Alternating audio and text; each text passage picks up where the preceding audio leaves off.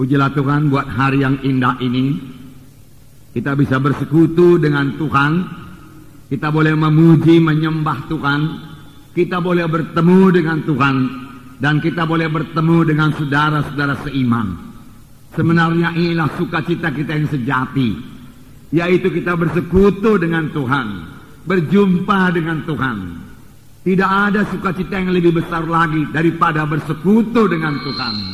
Oleh sebab itu saudaraku, biarlah semua kita pada hari ini mengarahkan hati kita kepada Tuhan dan kita bersekutu dengan Tuhan.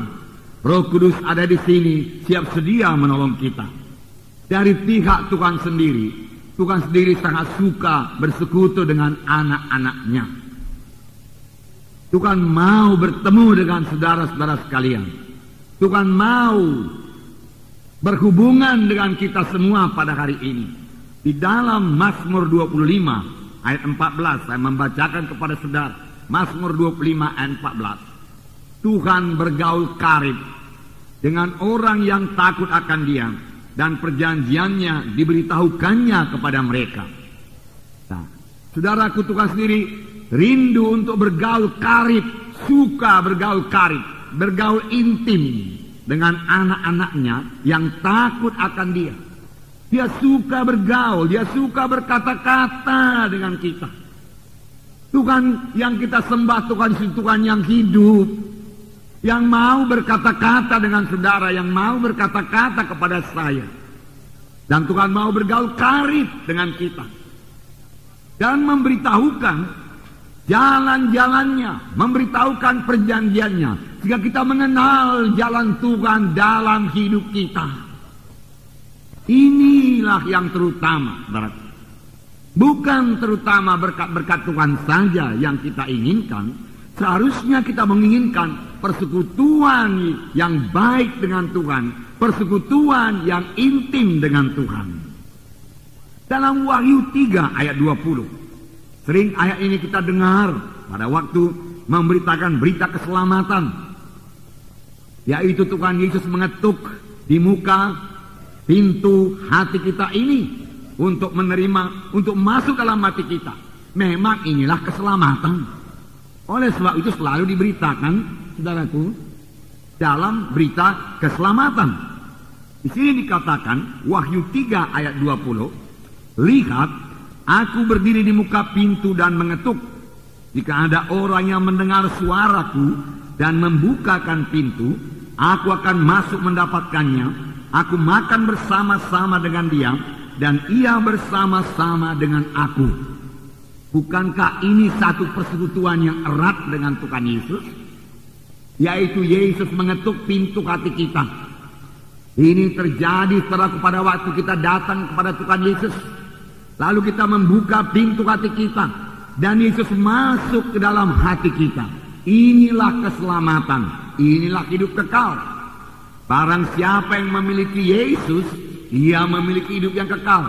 Barang siapa tidak memiliki Yesus, tidak memiliki hidup yang kekal. Firman Tuhan berkata. Tetapi tidak sampai di situ saja. Setelah Yesus masuk dalam hati kita, setelah kita lahir baru, yaitu setelah kita menjadi anak-anak Tuhan, Dia tinggal dalam kita. Dia mau makan dengan kita, Dia mau minum dengan kita, Dia mau duduk bersama-sama dengan kita. Dia mau bercakap-cakap dengan kita. Dia mau bersekutu dengan kita.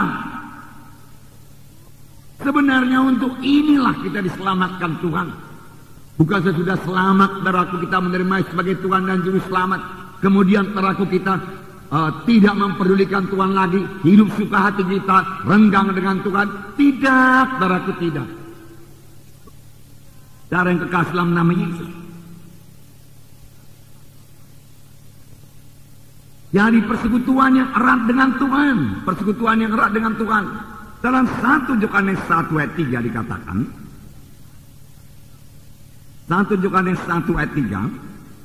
Juga dikatakan persekutuan.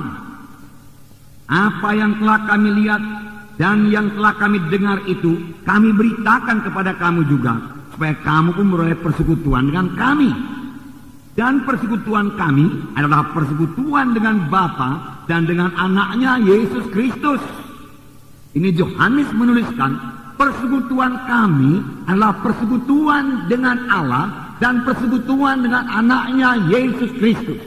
Hubungan kami adalah hubungan dengan Tuhan dan dengan anaknya Yesus Kristus. Karena kami memiliki hubungan dengan Tuhan Yesus, kita juga semua memiliki hubungan satu sama lain. Inilah yang sebenarnya diterangkan oleh ayat ini.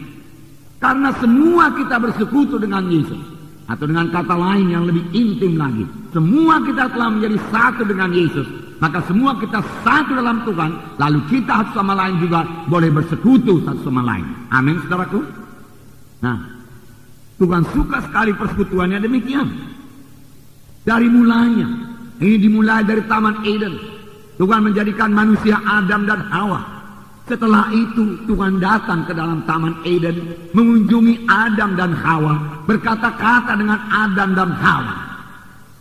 Tetapi kemudian persekutuan yang begitu indah dengan Tuhan terputus. Karena apa? Karena dosa. Dosa memang memutuskan hubungan kita dengan Tuhan sampai sekarang. Sekarang juga setiap anak Tuhan yang berdosa, saudaraku, maka persekutuannya dengan Tuhan mulai terganggu. Hubungan yang manis dengan Tuhan mulai renggang dengan Tuhan. Darah anak Tuhan tersebut harus mengaku semua dosanya dan bertobat. Lalu Tuhan akan mengembalikan persekutuannya indah kepada anak Tuhan tersebut. Sesudah itu, marilah pelihara persekutuannya indah dengan Tuhan. Bahkan persekutuan ini bertambah hari bertambah dekat, bertambah hari bertambah intim. Karena bertambah kita bersekutu dengan Tuhan, bertambah kita mengenal Tuhan. Sebenarnya tanpa bersekutu dengan Tuhan, tanpa memiliki perhubungan yang erat dengan Tuhan, kita tidak akan pernah mengenal Tuhan. Kita mengenal dari jauh saja, luaran saja. Dan jangan lupa saudara-saudara kita ini mempelai Kristus. Bagaimana kalau seorang istri tidak mengenal suaminya? Bagaimana seorang suami tidak mengenal istrinya? Dia boleh jadi hanya mengetahui namanya, kedudukannya, rupanya, dan lain sebagainya. Tetapi tidak pernah mengetahui hatinya, kehendaknya. Dan itu hanya bisa diperoleh kalau ada persekutuan yang erat satu sama lain. Nah, sesudah hubungan manusia dengan Tuhan terputus, Yesus saudaraku pergi ke kayu salib untuk memulihkan hubungan tersebut di atas. Saudara melihat bagaimana sengsara Tuhan Yesus supaya manusia ini boleh kembali ke sorga, supaya manusia ini boleh bersekutu dengan Tuhan, supaya manusia ini boleh mengenal Tuhan lagi. Yesus dipaku di kayu salib, darahnya dicurahkan. Dari kepala yang diberi mahkota duri, darah mengalir. Dari tangan darah mengalir. Dari punggung darah mengalir. Menetes dari kaki darah mengalir. Untuk mengembalikan persekutuan kita dengan Tuhan. Supaya kita yang telah mati dalam dosa hidup lagi dan boleh bersekutu dengan Tuhan. Boleh bersekutu dengan Tuhan. Boleh bertemu dengan Tuhan. Inilah hidup yang kekal. Dalam persekutuan dengan Tuhan, disitulah saudara beroleh segala-galanya.